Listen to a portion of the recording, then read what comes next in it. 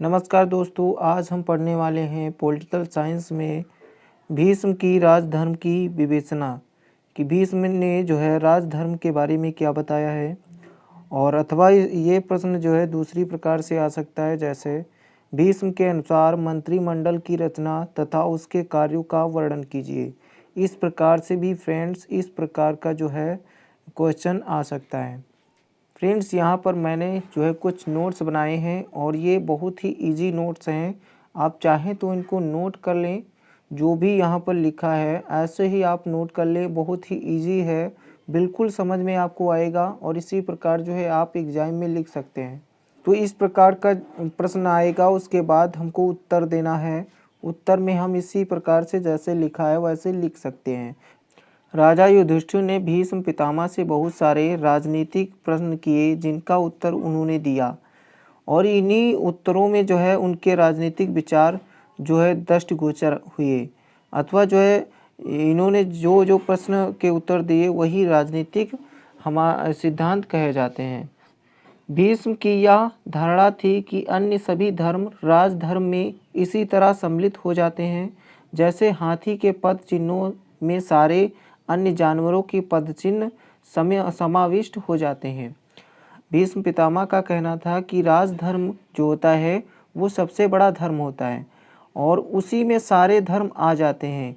यदि कोई व्यक्ति राजधर्म का पालन करता है तो वो सभी धर्मों का पालन करता है।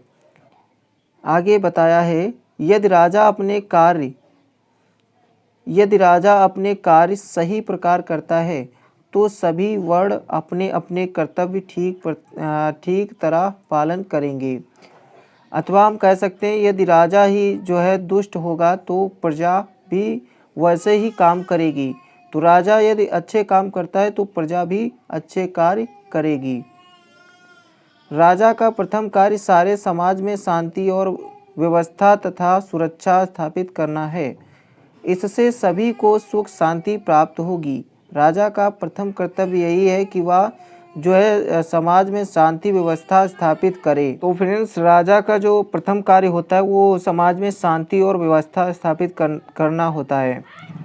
प्राचीन काल में राजा को प्रजापालन और धर्मरक्षक समझा जाता था। राजा के बिना समाज में अराजकता की स्थिति समझी जाती थी, जहां बलवान निर्बलों पर अत्याचार करते थे। इसलिए भीष्म कहते हैं कि राजा के बिना ना कोई समाज और राज्य बन सकता है और ना ही सभ्यता तथा संस्कृति फल फूल सकती है। तो फ्रेंड, यहाँ पर भीष्म पितामह जो हैं वो कहते हैं कि बिना राजा के ना तो कोई समाज हो सकता है और ना तो सभ्यता हो सकती है। मनु तथा भीष्म की धारणा एक जैसी है। मनु भी जो है राजा की उत्पत्ति दैवी आधार पर मानते हैं और भीष्म भी यही मानते हैं। और मनु और भीष्म और भी जो कुछ जो राजनीतिज्ञ ऐसे हैं जो एक जैसे अपनी धारणा देते हैं।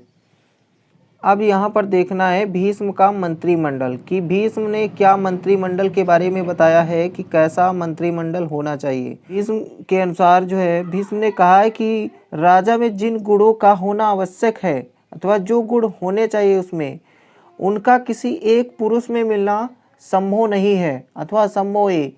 इसलिए यह आवश्यक है कि आज सहायता एवं परामर्श के लिए अमात्यों को नियुक्त करे। अमात्यों का मतलब होता है मिनिस्टर, जैसे कि आजकल के मंत्री वैसे अमात्य होते थे। तो मंत्रियों को नियुक्त करे अथवा अमात्यों को नियुक्त करे। ये अमात्य किसी योग्यता के हों, उनके विषय में भी भीष्म प्रकाश डालते हैं।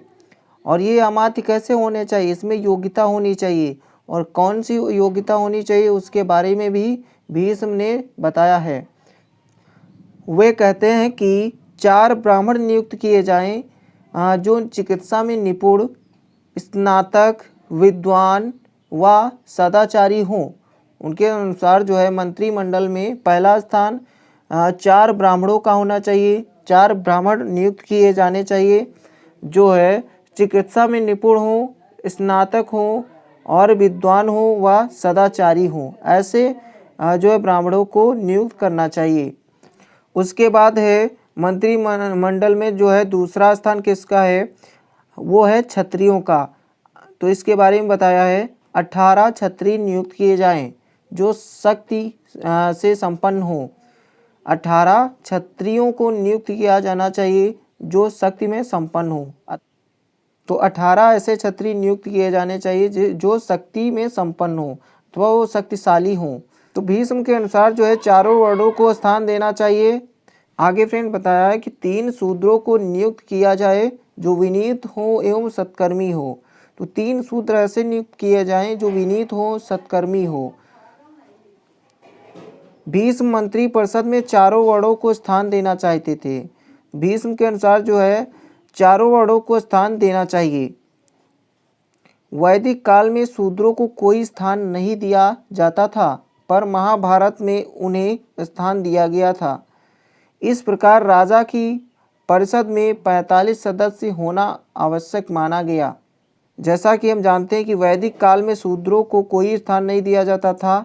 तो फ्रेंड इसी के साथ जो है वीडियो समाप्त करते हैं। यदि आपको हमारा चैनल अच्छा लगा हो और हमारा वीडियो अच्छा लगा हो तो वीडियो को लाइक करें और चैनल को सब्सक्राइब करें, ताकि जब भी मैं अगला वीडियो डालूं तो सबसे पहले उसकी नोटिफिकेशन आपको मिल जाए। तो इसी के साथ thank you so much for watching my video. Take care, bye bye.